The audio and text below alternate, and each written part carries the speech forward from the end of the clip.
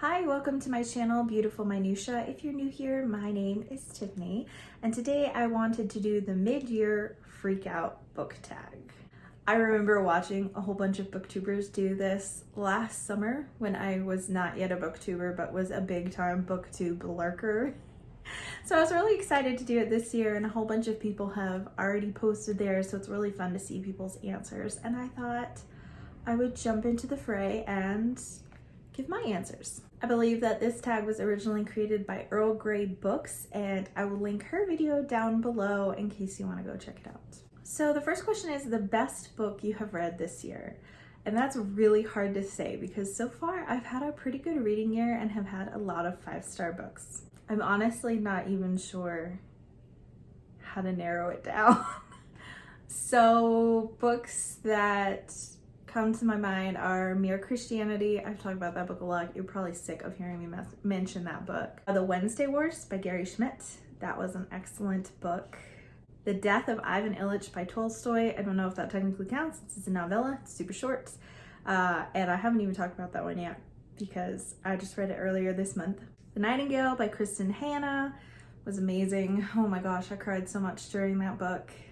And then probably We've Always Lived in the Castle by Shirley Jackson. So that was not, the best book I've read all year because I truly don't think I can narrow it down. But that's just a few that I have just really enjoyed, and pretty much all of them, except maybe We've Always Lived in the Castle, made me think and feel very deeply. The next question is the best sequel you have read this year. And I have not read a lot of sequels. I have started some series and not gotten much farther with a lot of them. So I guess I will say All Things Wise and Wonderful by James Herriot. That was amazing. I absolutely love James Herriot so much. All his books have been 5-star books so far, so was no surprise when book 3 in the series was also a 5-star. If you love animals and you love like veterinary stuff and you love countryside of England and that being described, then you'll probably really love James Herriot. Next is a new release you haven't read yet but want to. And I'm not great about staying up with new releases, to be honest. A lot of booktubers will release videos of their most anticipated reads for like the spring or summer or whatever, and I've never really done that very much. I think part of that is because I thrift a lot of my books, and part of that is because a lot of new releases, when they come into the library, they're already claimed, so I don't even get a chance to get my hands on them until months and months later. But since the majority of what I read are classics, I really don't read a ton of new releases. But there are a few I've seen that were intriguing to me, one of which is The Four Winds by Kristen Hanna. I have read The Great Alone and The Nightingale by Kristen Hanna and really, really love her writing. However, I have heard very mixed things about The Four Winds.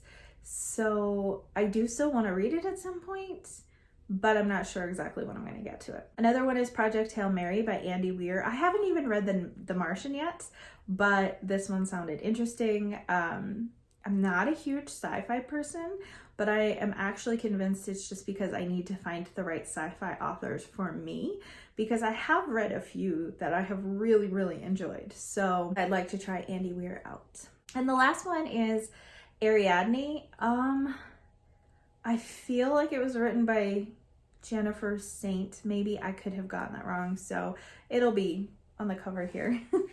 But I love Greek mythology, and this is a retelling of Theseus and the Minotaur. And so I have really thought this sounded really, really interesting. So it is one I would like to get to at some point. It was just released in May, so just a little over a month ago. So a very new release that I would like to read at some point. The next question is the most anticipated release for the second half of the year. If you watched my latest reading vlog, I just read Skyward and really, really enjoyed it. I have not read Starsight yet, obviously, at the time of this recording. And I have it on my shelf, so I'm gonna read it soon. But book 3 comes out in November. I think it's called Cytonic. So I'm really looking forward to reading that. And then also the next book in Keepers of the Lost City is supposed to come out in November, but it was supposed to come out last November and then it was delayed. So hopefully it will actually come out this November. My daughter really wants it to. She is very much looking forward to that. I still am not totally caught up in the series. I think I'm on book 6.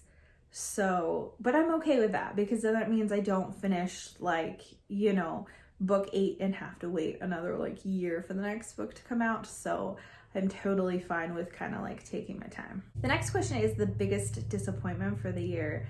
And I have a couple for this. And I think a lot of them are very unpopular opinions. I've talked about them all on my channel, so yeah. Actually, I vlogged during 2 of them, which is interesting. So the first one is Legendborn by Tracy Deonn, and I am more disappointed in myself that I just couldn't get into it the way I was hoping. It just had a lot going on and it felt like it was trying to be too many things, and it was much darker than I was anticipating. And since I was moving at the time I was trying to read it, it just ended up being way too much. But I love Tracy Deonn's writing style, and so that made it that much more disappointing to me, that I feel like I really would have loved it if certain things about the book had been just a little bit different. I have considered going back and trying to read it when like life slows down a little bit more, but given how much darker it was and the demonic stuff in it, which is just really not my jam in books 95% of the time, that makes me think that I probably would not enjoy it if I were to go back and try to reread it.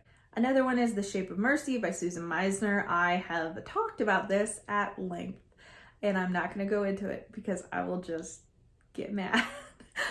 So many people love Susan Meisner, and I've talked to a few of you and found out that this book, which I knew it was older, but I think it was her debut novel, and I'm definitely planning on giving Susan Meisner another try, but this particular book was just the worst. Just the worst.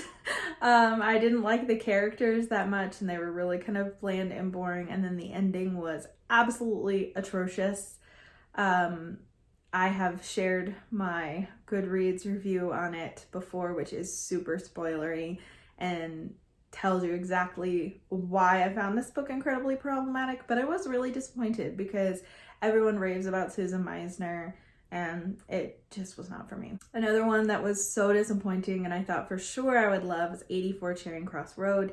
This is always labeled as a book for book lovers, and I'm a book lover, so I thought I would love it. It is actually real letters written over the course of time between a woman who lives in New York City and people who are booksellers in London. And it was supposed to be, you know, sweet in the relationship being developed, but I just didn't care. A lot of the book references were books I hadn't read, so it didn't connect with me.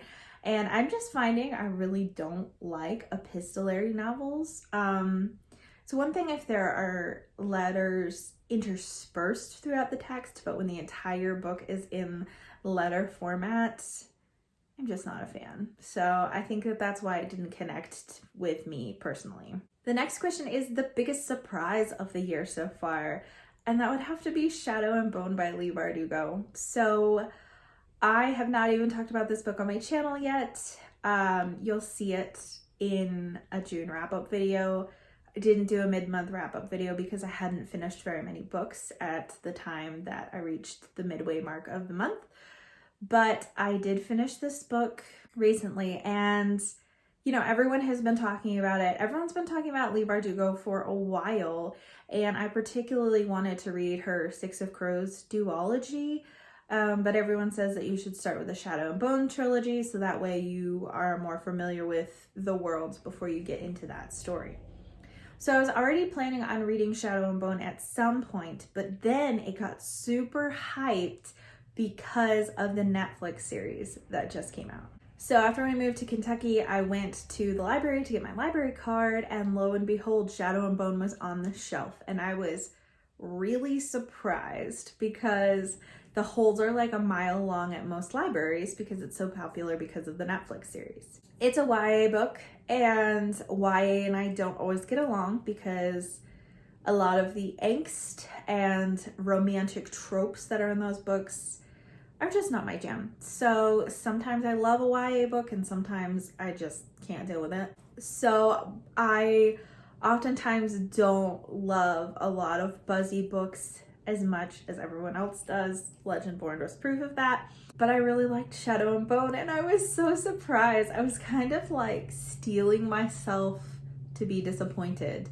And maybe because I felt that way, I enjoyed it that much more because it exceeded my kind of like low expectations. The next one is a favorite new author, debut, or new to you. This is definitely new to me because this is a like modern classic writer, but I'm gonna have to say Dodie Smith. I read I Capture the Castle and 101 Dalmatians in May and absolutely loved them both. They were both just such marvelous books. 101 Dalmatians is a children's book and it is very much like the Disney movie that's based on it. And it was just silly and whimsical and I really, really enjoyed it.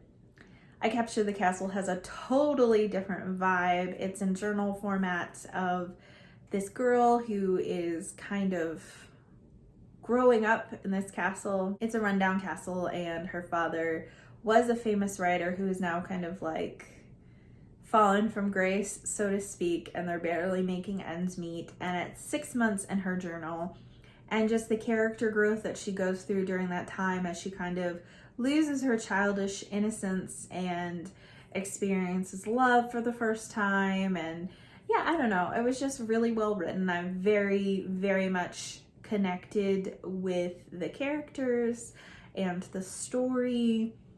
And those are the only 2 Dodie Smith books that I've ever heard anyone talk about. So I'm going to do some research and see if there is more because I really want to read more Dodie Smith. So if you've read more Dodie Smith books, please let me know what they were and if you liked them because I would love to read more of her writing.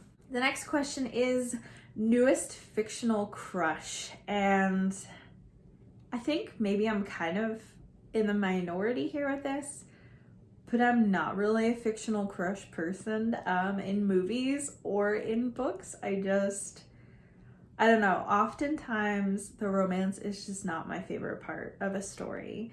I like when it's like in the background, but I don't read romance books where, you know, guys are written to be these like, oh my goodness, you know, as for the reader to respond in that way. Those aren't the kind of books that I enjoy reading. So I don't really have a fictional crush. I guess I just have my husband as a real life crush, which is totally a boring answer, so sorry. The next question is newest favorite character. And for that one, I think I'm gonna have to say Mbot from Skyward. I stinking love Mbot. Like, can you say your favorite character is an AI since technically they're not even like a human? It doesn't say favorite human character, so I guess I can. But Mbot is just like hilarious and there actually is a character arc for an AI in Skyward and yeah, I just really, really enjoyed him. The next question is book that made you cry. I've had quite a few that have made me cry this year, but if we're going for the book that has made me cry the most, I have to say The Nightingale by Kristen Hanna. Oh my word. I finished that book late at night and my husband was laying beside me asleep. And I was trying to sob as quietly as I could because, yeah, it just made me cry a lot. There's a lot of devastating and difficult things about it because it is a World War II book. But the redemptiveness of the ending made me cry too. So I cried for multiple different reasons during this book and really, really loved it. The next prompt is a book that made you happy. And I think I've had a lot of books that have made me happy, I guess, because reading in general makes me happy. But I think I'm gonna go with Talking as Fast as I Can by Lauren Graham. This is her memoir and she talks so much about Gilmore Girls in it and her rise to stardom and all those things. And there's a lot of wisdom tucked in there, but the book made me laugh so much. And it was just a lot of fun to read. I really, truly enjoyed it. I have to add that I did listen to it on audiobook and despite what I just recently said in my rapid fire book tag about not loving audiobooks, I did love that one on audio, and I feel like I got a lot more out of it because it was the author reading it. So I feel like memoirs are really wonderful on audiobook because it's just like the author is just talking to you, and it's cool. I like it. The next question is the most beautiful book that you have either bought or received this year. I have a couple actually. One's right here. This edition of Heidi was given to us by my husband's grandmother, and I just love these Puffin in Bloom books. I just think they're really, really pretty. And Heidi is probably one of my all-time favorite books, so super excited about this one.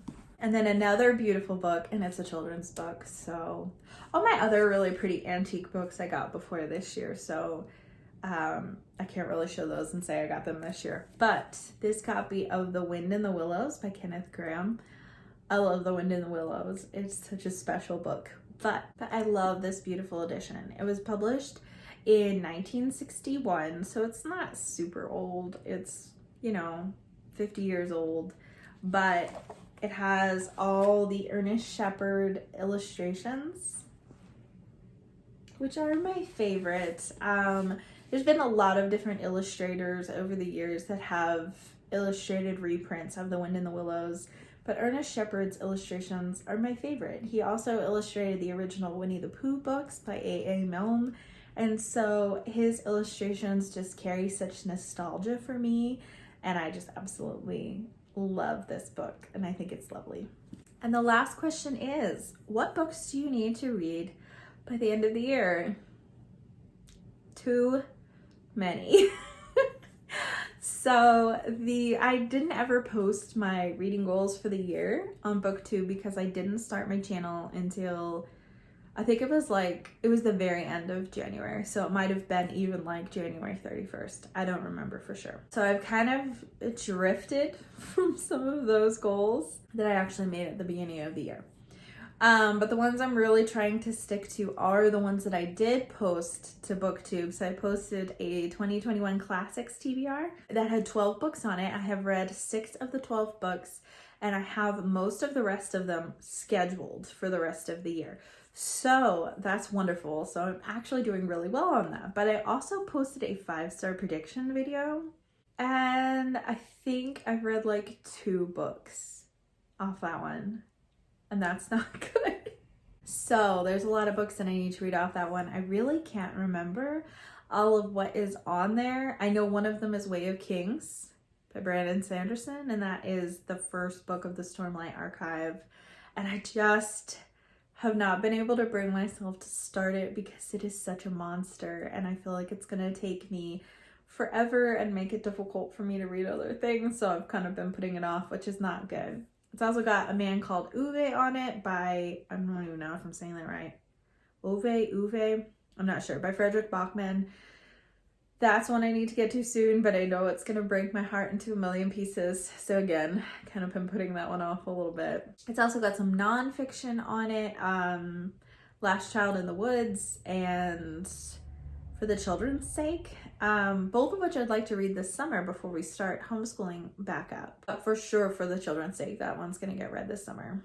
And some of those books on the 5-star prediction video are ones that were also on my Classics TBR, such as Bleak House by Charles Dickens, which I'm planning to read in Victober. And then The Mayor of Casterbridge by Thomas Hardy, which I was supposed to read this month. And I don't know if it's going to happen now, because I was looking for books that I was going to have on my TBR this summer for my summer book bingo, and I couldn't find those books for a really long time. I just found them recently, so I'm really behind on that TBR, but maybe I can still get it read, or at least start it. We'll see. So anyway, that is the mid-year freak out book tag. I would love to hear from you in the comments about what some of your favorite books of the year so far have been, and what maybe some of the most disappointing books of the year so far have been, and all those other questions. I'm going to try to remember to leave all the questions in the description of my video, so that way if you want to do this tag and you have not, you can do it, or you can just respond to the questions in the comments if you want to. Thank you so much for watching this video. If you liked it, I would really love it if you would subscribe and like the video so that way you can continue to see more bookish content from me and we can chat more about books. Thank you so much for watching, and I will see you again next time.